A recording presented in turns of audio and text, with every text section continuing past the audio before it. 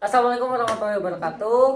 Hari ini kita akan melakukan bincang-bincang ya, ngobrol tentang Perang Patimura. Sebelumnya perkenalkan, nama saya Dani Suara. Aku Alia. Aku Hafian, aku Bagas. Ya itu sekian saja ya kelompok kita. Menurut kalian Perang Patimura tuh perang yang kayak gimana sih? Jadi perang Patimura itu kan terjadinya tuh di Maluku kan. Nah jadi kenapa disebut Patimura? Karena si pemimpin perang Maluku tuh punya panggilan yaitu Patimura. Tapi sebenarnya Patimura tuh bukan nama aslinya. Nama aslinya terus siapa dong? Nama aslinya itu Thomas Matulesi. Oh, Thomas Matulesi. Iya, Terus kapan sih perang itu terjadi? Dia tuh pokoknya mulai perangnya tuh di tahun 1812 pas bulan Mei, dia tanggal 14. Pokoknya itu kejadian si perangnya tuh cukup panjang di situ. Oh, dari Mei sampai Desember. Oh, sampai Desember. Jadi sekitar 6 bulanan. 6 bulan Mereka perang. nggak berhenti. Aduh. Terus setahu saya tuh latar belakang perang Patimura tuh jadi kayak masyarakat Maluku yang memberontak kan, Iya benar. memberontakkan masyarakat Maluku tentang ketidaknyamanan mereka dijajah dan dimonopolikan sumber daya alamnya oleh Belanda yang datang ke Maluku. Sebenarnya latar belakang itu banyak banget faktornya. Oh, kayak gimana? Jadi si faktornya itu bukan dari bidang monopoli perdagangan doang.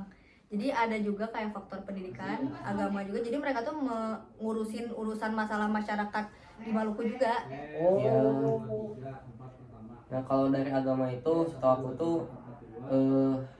pendeta-pendetanya tuh dikurangi gitu. Jumlahnya yang asalnya banyak ini dibatasi gitu untuk mereka beribadah gitu. oh, jadi mereka di Maluku itu pada bulan-bulan segitu, tahun-tahun segitu tuh mereka sangat sulit ya akan Iya, soalnya beribadah. pendetanya tuh dikurangi gitu yang Pendeta menyebarkan setiap agama ya dikurangi. Terus kalau dari pendidikan yang aku tahu itu sekolah-sekolah orang di itu kan. Iya, Iya. ditutup juga di situ. Jadi cuma ada sekolahnya tuh di kota-kota besar doang. Di sana Oh, juga di ada. kota-kota Maluku yang besar. Oh, jadi mereka udah sulit beribadah, sulit berpendidikan juga ya di Maluku ya. Sengsara banget di sana Sama masyarakat. banget ya. Sebelum kita masuk ke lebih dalam nih ya ke cerita perang itu terjadi, mau nanya nih, kenapa sih Maluku gitu yang dijajah pada saat itu ya? Jadi Maluku tuh kan tempatnya tuh bagus banget gitu. Di pulau-pulau itu banyak.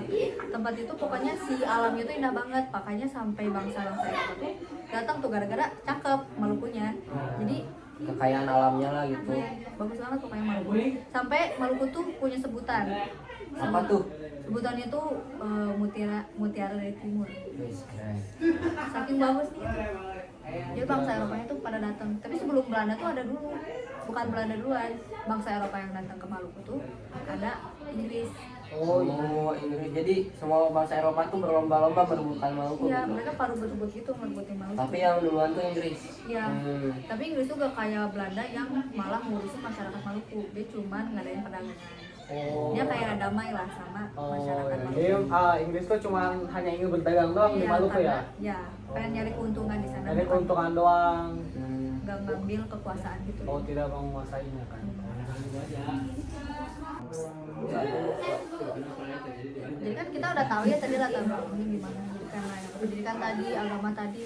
Tapi kenapa sih tadi yang Patimura ini yang dipilih buat mimpin perang ini? Jadi Kapiten Patimura dipilih oleh warga-warga Maluku itu karena Kapiten Patimura ini memiliki pengalaman ya. Pengalamannya tuh dia pernah ikut dinas militer tapi di Inggris. Jadi dia pernah ikut perang di Inggris tapi dia jadi sebagai prajurit kalau nggak salah di Inggris ya. Jadi dia punya itu ya, punya ilmu lah dari luar gitu. Ya, dia memiliki ilmu bertempur karena dia pernah menjadi ya pernah ikut dinas kemiliteran di Inggris. Jadi kita udah tahu nih ya tadi latar belakangnya gimana, kenapa mereka dijajah sama bangsa-bangsa Eropa. Terus kenapa si Thomas Matulesi atau Patimura ini dipilih jadi pemimpin. Tapi kronologi awal mulanya gimana perang Nah, jadi kalau awalnya itu kan masyarakat Maluku ini tuh yang nyerang duluan gitu. Mereka tuh ke pelabuhan gitu untuk nyerang kapal punya Belanda. Nah habis itu tuh mereka menuju ke Bantang Dursten. Oh. Nah benteng Dursten ini tuh, nah sayangnya karena si masyarakat Maluku ini tuh kayak telat gitu lah, atau mereka tuh kayak dikelabui oleh Belanda. Belanda itu udah nunggu di benteng itu. Nah jadi pas mereka tahu ada Belanda di situ, mereka langsung nih saling nyerang-nyerang. Yang Belanda ini dipimpin sama Residen Vandenberg. Nah dan dalam pertempuran ini kan memperebutkan benteng Dursten ini, akhirnya benteng ini tuh berhasil dikuasai sama masyarakat Maluku. Nah, Jadi ada menangnya dulu gitu di situ. dia Maluku sempat menang dulu di benteng Dursten. Dursten. Ya. Tapi setahu aku tuh kan perangnya tuh nggak cuma perang doang ya. Jadi kayak ada perundingan gitu, cuman nggak ada yang berhasil perundingan. Oh. Jadi kedua belah pihak ini ingin melakukan perundingan dengan iming-iming akan damai ya. Iya, cuman Tapi tidak terjadi gitu. ada, cuman perundingannya itu ada, cuman kayak gak nemu hasilnya lah, Oh. gak nemu ujung damainya gitu. Perundingan sudah terjadi tapi nggak menemu titik tengahnya di mana. Oh. Oke, oke. Jadi kan tadi pokoknya pas perang tuh sampai si Malukunya menang kan, dapat tuh bentengnya dari Belanda. Udah gitu lanjutannya gimana? Pas perangnya. Nah setelah Maluku mendapatkan benteng Dursten itu, di sana Presiden Vandenberg itu terbunuh ya. Terus akhirnya Belanda tapi masih tetap kekeh mau dapetin si benteng ini. Jadi dia manggil ada bantuan lagi dari Ambon sekitar 300 pasukan. Nah itu dipimpin oleh Mayor Bitjes. Nah, tapi serangan itu tetap digagalkan oleh Maluku, yang akhirnya membuat Mayor Bitjes ini tewas juga. Oh, jadi sebelumnya Mayor Bitjes itu adalah orang Belanda yang menguasai daerah Ambon. Pokoknya dia tuh dikirim dari Ambon buat membantu daerah Maluku. Iya. Oh itu juga bisa kalah tuh karena Maluku tuh udah punya bentengnya juga ya. Ya, terus menang 2 kali itu membuatkan semangat perangnya Maluku makin membara. Masyarakatnya jadi semangat lagi Karena gitu udah kan, winner soalnya aja menang 2 2 kali kali kan. Masyarakat semakin semangat untuk mempertahankan wilayahnya kan. Iya. Malah pengen ngeluasin lagi dia. Oh, Maluku. Ya, ke Wah. benteng namanya Benteng Zealandia. Oh, Oh benteng Zealandia. Ini benteng Zealandia ini masih di dekat Dursten atau gimana, atau beda pulau lagi? Dia tuh udah di Pulau Haruku. Oh pulau. Jadi emang niat buat ngeluasin wilayahnya gitu ya, Malukunya tuh. Oke, oke, mengerti, mengerti. Nah, tapi Belanda makin nguatin lagi pertahanan di Benteng Zealandia ini. Gak mau kalah Belandanya berarti. Karena udah kehilangan 1 benteng ya, jadi di benteng kedua dikuatin lagi. Iya benar. Oh, oke. Jadi dari setelah merebut benteng pertama dia ingin merebut benteng kedua kan, merebut kembali benteng kedua, tapi Belanda semakin kuat lagi kan di sana. Iya. Oh, oke, oke, oke. Kan tadi udah tuh ya, berarti si Maluku tuh masyarakat Maluku tuh gak berhasil buat dapet benteng Zealandianya ya berarti. Iya. Karena Belandanya juga makin kuat. Oh. Jadi gimana sih si Malukunya tuh tetap kekeh atau gimana? Maluku ini malah mencoba beberapa cara lain, yaitu salah satunya adalah perundingan. Tapi ternyata tetap saja tidak mencapai kesepakatan. Jadi gagal perundingannya. Gagal juga. Nah akhirnya Belanda tuh pengen ambil lagi benteng Durstennya tadi. Itu mereka ngumpulin lagi pasukan-pasukan mereka kan dari Batavia, yang Batavia itu kan Pusat pusat kotanya ya. pusat kotanya. Oh iya. Oh jadi. Habis gitu gimana tuh? Nah, terus pada Agustus 1817 Pulau Saparua itu dikepung sama Belanda. Yang bikin benteng Dursten tuh yang udah jadi milik Maluku tuh semakin lemah ininya. Oh karena tadi pakai meriam ya. Ya, Sama bantuan dari yang Batavia ini juga. itu juga. Jadi berarti itu bentengnya tuh yang benteng pertama jadi berhasil direbut lagi sama Belanda. Iya, Jadi berhasil Maluku direbut. balik lagi ke nol dong ya, gak punya apa-apa. Oh. Akhirnya itu bikin Pattimura dan pasukan-pasukannya itu melarikan diri dan meninggalkan tempat pertahanan mereka. Oh, meninggalkan bentengnya. Iya. Oh. Mundur mereka dari perang berarti. Iya.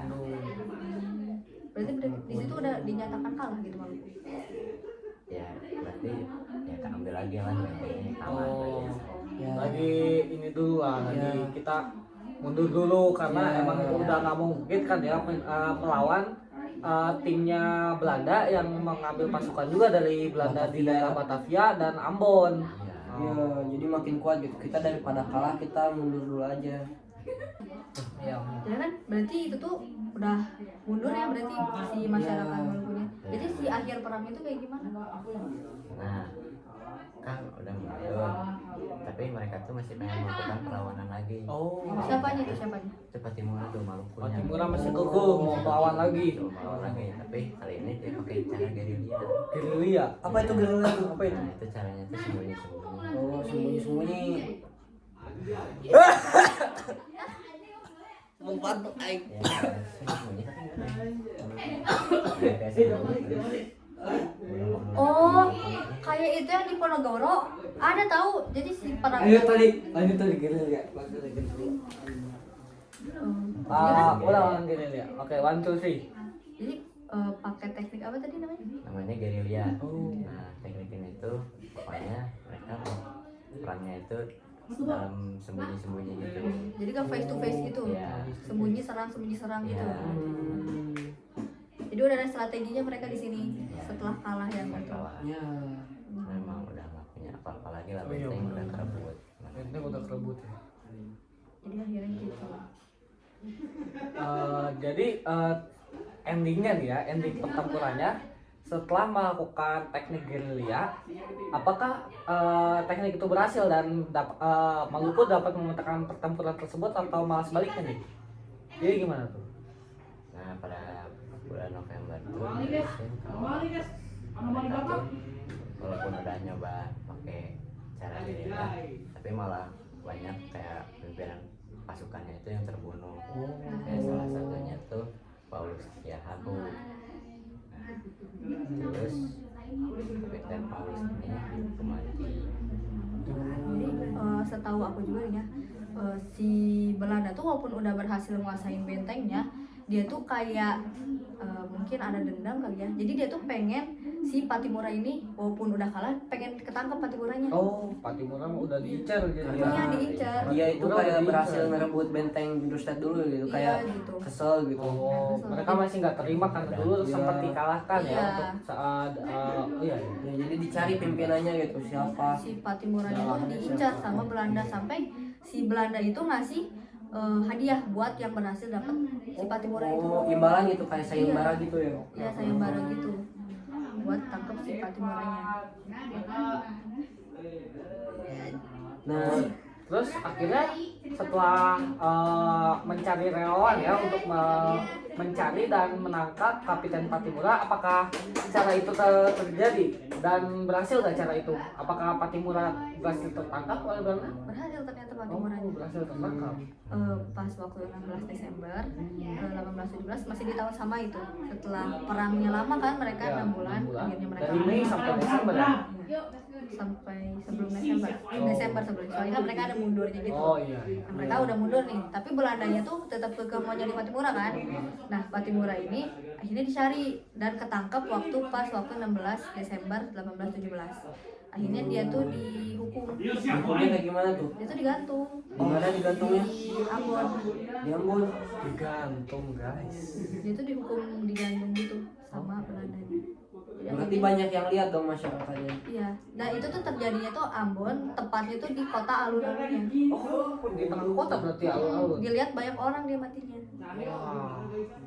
Gimana dong ya? Kayak masyarakat Maluku udah hilang harapan gitu ya. Hilang Pemimpinnya harapan. udah Pemimpinnya udah nggak ada. Pemimpin utama mereka telah tertangkap.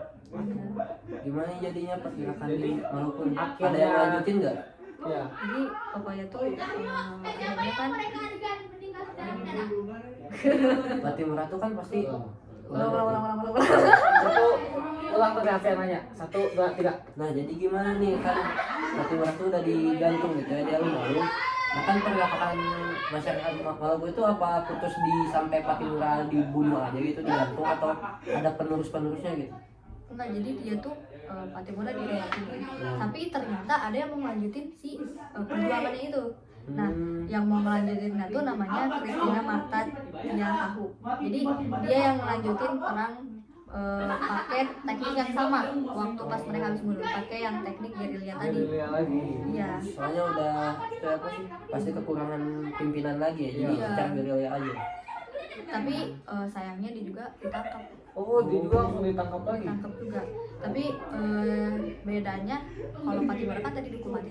Dia nggak dihukum mati, dia ditahan doang gitu. Iya, gitu. Oh, jadi gitu ya akhir dari endingnya ya, ending dari pertempurannya perang Patimura. Iya. Simpulannya pokoknya Belanda dengan cara terakhirnya ya, mereka langsung mengincar pimpinan-pimpinan utama, pilar-pilar utama dari timnya Maluku. Contohnya ya Kapiten Patimura. Patimura langsung ditangkap dan langsung dihukum gantung ya, hukum gantung, dihukum mati di depan pasukan Maluku. Jadi Maluku menjadi putus asa dan ya mereka nggak ada pimpinan baru. Walaupun ada pimpinan baru sempat langsung ditahan lagi oleh Belanda. Jadi mereka udah hilang putus asa lagi dan ya kembali dijajah lagi kan. Ya, tapi si Christina itu kan ditahan itu. Iya, bisa ditahan. Dia ditahan sama 39 orang yang lain. Oh, 39 orang. Iya, dia tuh diasingkannya di Jawa. Tapi ada rumor kalau misalnya si Christina ini waktu pas ditahan dia tuh mogok makan. Dia gak mau makan kayak kekeh gitu lah, kayak udah pasrah banget kan dia. Soalnya Maluku kalah gitu. Mereka gak punya pimpinan lagi, dia juga ditahan. Sampai akhirnya tuh dia tuh meninggal. Meninggal Karena dia sakit gitu. Oh, Dia karena sakit. gak mau makan itu ya? Iya, dia kan mogok makan kan, gak mau buka mulut, gak mau makan. Pokoknya dia benar-benar diem aja gitu waktu pas ditahan. Akhirnya dia mati waktu pas 2 Januari 1818. Oh, jadi ada dua versi gitu, ada yang mengatakan Christina itu diasingkan ke Jawa, ada Ya. juga yang mogok makan gitu dia Iya. sakit. Itu dirumorkan ya. Ya rumor. Oh, Jadi si jenazahnya Christina ini tuh akhirnya dibuang di laut. Oh di laut, sama Belanda ya? Iya. Oh. Di lautnya tuh di antara Pulau Buru sama Pulau Tiga. Oh, masih daerah Maluku juga ya? Atau bukan? Jadi nggak tahu, jadi anak kocak. Ya, Jangan nanya tadi katanya. Nah itu apa? Penutup apa dah? Ya, Tadi lu udah penutupan tadi kesimpulan. Haberin udah. Oh ya guys, jadi gitu. Oh udah nggak apa-apa itu maksudnya juga podcast kan nggak beraturan. Oh ya gak usah penutupan. Udah ya, kita tunggu aja Oke lanjut ya udah. istirahat. Oke satu dua. Tiga. Oke guys, mungkin segitu saja ya yang kita bisa ceritakan tentang apa ya tadi teh? Perang Maluku atau perang Patimura. Perang Patimura ya. Jadi ya itu ringkasnya aja sih peta perang Patimura. Oke sekian. Berapa menit? Ini sudah ini. Satu dua tiga. Oke guys, terima kasih yang telah menonton ya. Segitu saja ya tentang ringkasnya perang Patimura yang terjadi di Maluku. Kita udah menjelaskan tentang strategi perangnya, tokoh-tokoh di dalamnya, Ada latar belakangnya juga ada, awal alasan gitu loh. awal perang terjadi dan akhir Akhirnya. perangnya ya, plot twistnya ya. Ya. Oke, terima kasih telah menonton sampai akhir. Wassalamualaikum warahmatullahi wabarakatuh. Wabarakatuh. Dadah. Dadah guys.